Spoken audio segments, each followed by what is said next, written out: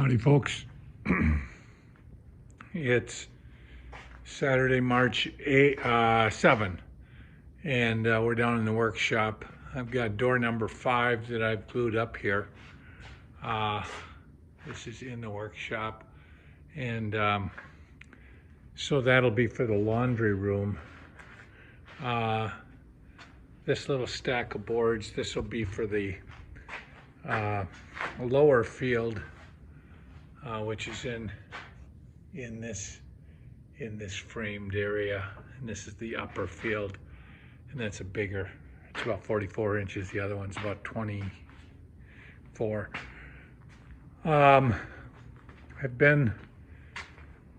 Yesterday I glued up some parts, lower and upper fields. I sort of put those on hold, but here's a lower field. Over here, I have 2 lower fields, 3 upper fields, and 2 lower fields back here, and then over there. So when I take that other one out of the press, I'll have 5 lowers and 3 uppers. You know, I certainly can't even glue that much in a day.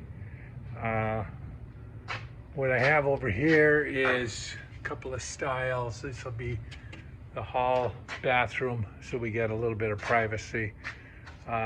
These are some old 2x6s here, and I'll be using those on my exterior door going out from the garage.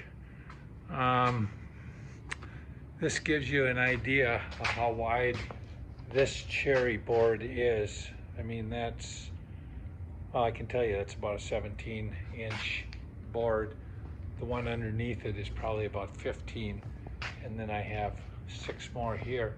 I think I have 7 more out in the garage, and believe it or not, those 7, these 2 and these 6 will be just about enough to do those upper and lower fields.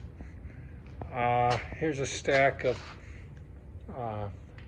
door parts, generally kick plates that need to be glued up. Here's 2 styles, 1, 2, and those will be used for the bathroom door in the honeymoon suite, or Linda's mother's bedroom. Her mother's no longer with us, but Linda refers to it as that. I refer to it as the honeymoon suite, because there's no, there was no curtain on the shower and no door on the bathroom. So if we had couples in there, I referred to it as the honeymoon suite. So anyways, that's about it. Things are going along. Obviously nothing very fast, nothing exciting that I can point to and say, wow, wow. Although yesterday we had a nice surprise. You know, my friend Pete gave us his tile saw to use, and Linda's been using that to cut all the tile that she's been laying. And on Monday, it didn't stop, but it was noticeably slow. And we called out to the company out in California, and they referred us to a distributor, and we were all ready to order a motor. It's manufactured by a company called Baldor, is the motor company.